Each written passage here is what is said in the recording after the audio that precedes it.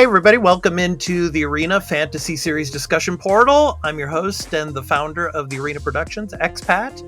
And welcome in, and we're going to be discussing, for example, episode 6, the review, The Princess and the Queen of House of the Dragon. So, of course, I just want to let all of you know that there are going to be spoilers throughout this review that I'm going to be doing here. So if you have not watched House of the Dragon episode 6, The Princess and the Queen, please go and watch that before watching this video. So this is a spoiler warning for all of you out there.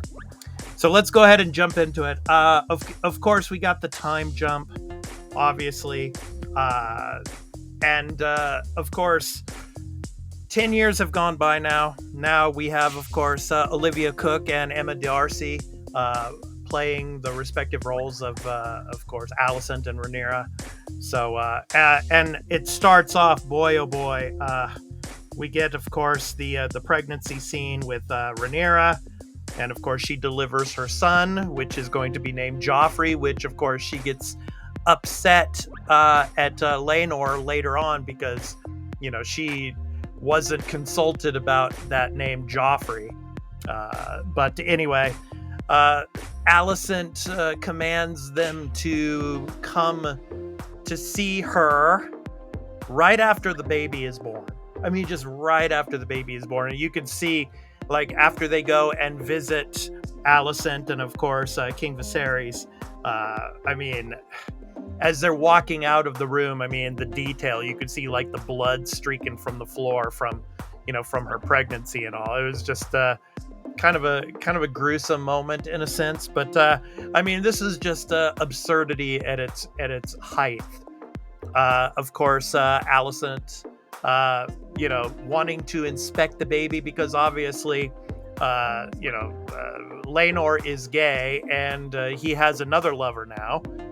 So, but basically, it seems like these babies are not his. So Alicent is basically, you know, saying that these babies are bastards, and most likely the father of these children is, of course, most likely probably 99.9% chance of it being Harwin Strong, the son of the Hand of the King, and of course Harwin is the commander of the Night's Watch. So you know, Alicent inspects them and looks at their hair, and then he goes to Laenor and says, you know, continue trying, and hopefully one will turn out to look like you. You know, and it's like, I mean, throughout this episode, I mean, it's like she's just hampering and just going off on this, and obviously she's discussing it with Sir Criston Cole. And of course, Criston Cole now is obviously on Alicent's side because of what's taken place in the previous episode. He is not very fond of Rhaenyra anymore, that's for sure. You know, he calls her a specific C word in this episode as well, and obviously he had to apologize for that. But I mean, you can just see the rift between these two as this 10-year period has gone on. And King Viserys, I mean, she was even mentioning it to King Viserys, and Viserys was like, you know, what you're mentioning is you know, incomprehensible. And obviously Viserys probably knows it deep down in his heart that those are not Laenor's children, but he's not going to have any of that. And it's interesting how later on in the episode we see Rhaenyra basically making a proposal of her oldest son, I think Lucerys, to her daughter, Alicent's daughter. So, I mean, that was the proposal. So to Helena, I think is her name, and you know, she was basically just not going to have it, but King Viserys was like, hey, this is a great idea, but she's like, over my dead body, basically, you know. So I mean, the rift is pretty big now, I mean, as we go on here. And of course we see the dragon pit, which is really cool. I mean, what the inside of the dragon pit looks like, we got to see that. And this is, of course, Lucerys's new dragon here, and of course, cooking a goat, But probably, of course, no goats were harmed when they filmed this. But anyway, it was cool to see the dragon pit, and of course they played a prank on, of course, Alicent's second son, so Aemon, and they brought out a pig and everything, and so Alicent was getting really pissed off at Aegon the second later on in the episode, when, of course, here's for all of you video viewers here, of course, the image of Aegon the second Targaryen, and of course we see him,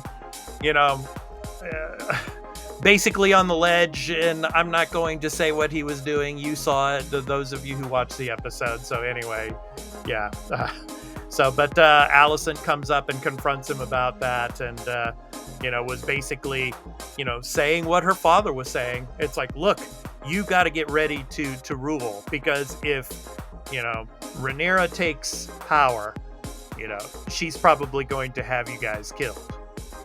And we can't have that. So basically, she's completely on the side of her father now when it comes to pushing the succession of Aegon. So what I want to get to now, of course, in the courtyard there, of course, the sword practice and everything, and then we get Harwin out there, Harwin Strong and Criston Cole, and they get into a confrontation, and Harwin punches Criston Cole, and basically that strips him of being the head of the Kings, or head of the Gold Cloaks and the Night's Watch, and basically he's having to go back to Harrenhal, and of course his father Lyonel Strong is saying to Viserys, I'm going to give up the hand of the kingship. But Viserys wasn't having any of that. So he's just like, just take him back to Harrenhal and all. So that's later on in the episode. But the part of the episode that I enjoyed the most and I wanted to talk about, obviously, with Daemon and, for example, Laena Velaryon. His wife, of course, and of course with this time jump and 10 years have gone by, and now they have 2 daughters and another one is on the way, and we see the for example, flying to Pentos, and obviously we see the dragons that they're flying. Of course, Vhagar, we finally get to see Vhagar, and he is a huge beast, man. Of course, he's the largest and oldest dragon. And of course, Daemon is on Caraxes, obviously. And they go to Pentos, and it's like Daemon is really enjoying Pentos. I mean, he wants to stay there. He loves the freedom of it all, and he's sick of all the politics of Westeros and all. But Laena, basically, she wants to go back. She wants to go back to Driftmark and raise her children. She wants to be, live the life of a dragon rider, and so there's kind of this kind of argument between them, in a sense, kind of a slight argument and all, but then it gets to the part, obviously the most jarring part of the episode and the most dramatic part of the episode, when she gets into the same situation as Viserys' wife, Aemma, and it's basically, we're going to have to cut her open to get the baby out, and she's probably going to die. So it was like the same situation. And of course, Daemon basically couldn't come up with a response. And then we see Laena run outside, basically, because she heard what they were talking about. And then she pleads with Vhagar to burn her, Dracarys.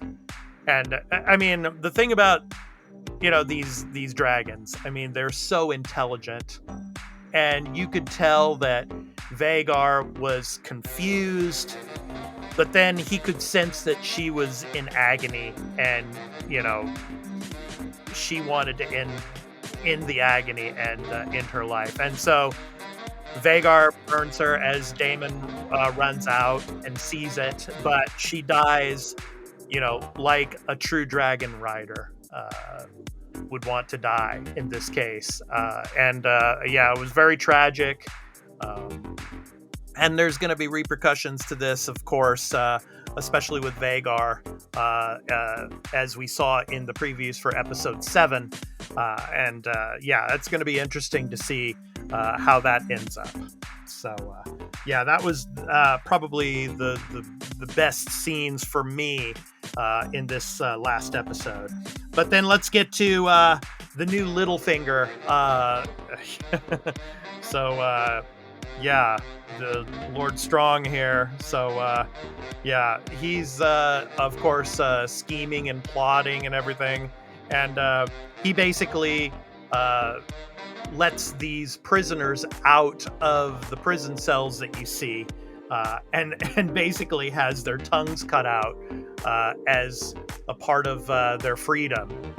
And obviously, probably so that they couldn't say in the future who ordered them to do the things that they did. Yeah. So yeah, Larys, he's basically the new Littlefinger now in House of the Dragon. The Littlefinger, predating Littlefinger by like 150, 160 years. But anyway, so yeah, he sends this group, of course, of prisoners that he's freed to Harrenhal once his brother and father, the Hand of the King, arrive and has basically their quarters burned to the ground and they die in the fire.